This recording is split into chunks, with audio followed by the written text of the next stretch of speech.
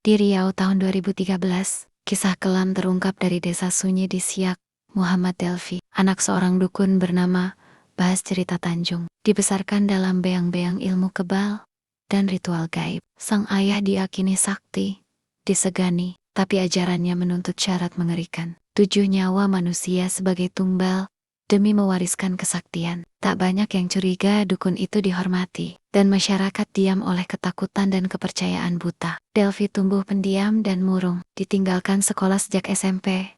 Malam demi malam, ia ditempa ritual dimandikan bunga 7 rupa. Diasapi kemenyan oleh sang ayah yang semakin sakit. Lalu satu perintah turun, lengkapi 7 syarat. Kumpulkan pisang 7 anak laki-laki. Jika tidak, ilmu keluarga lenyap.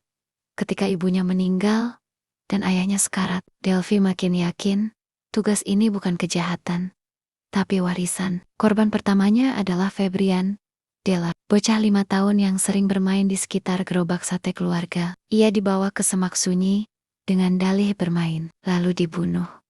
Alat kelaminnya dipotong. Sebulan berikutnya, pria disabilitas mental bernama Aci ikut jadi korban. Semuanya dijalankan dengan tenang, tanpa satu pun jejak mencurigakan. Delvi lalu menikahi pacarnya Dita di Semalasari, dan memaksanya ikut dalam misi suci keluarga. Al Isen, 9 tahun.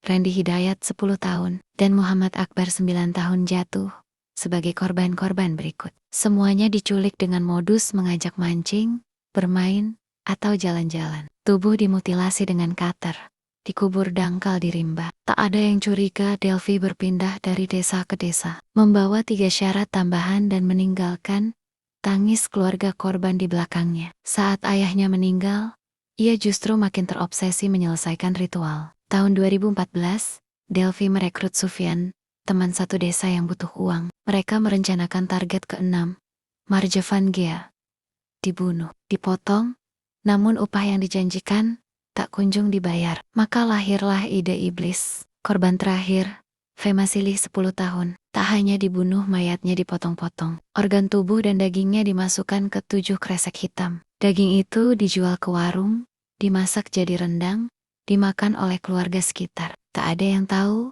mereka sedang menyantap daging manusia. Dari pengakuan Sufyan dan saksi mata, polisi menelusuri jejak Delvi.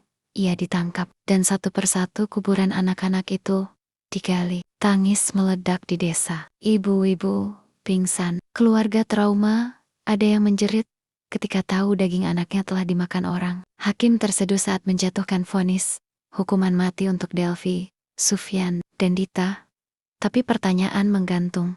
Apakah ilmu sang ayah juga dibangun dari darah? Dari 7 anak tak berdosa? Yang pasti, tak ada kesaktian, hanya mitos, kegelapan, dan kebodohan yang memakan manusia.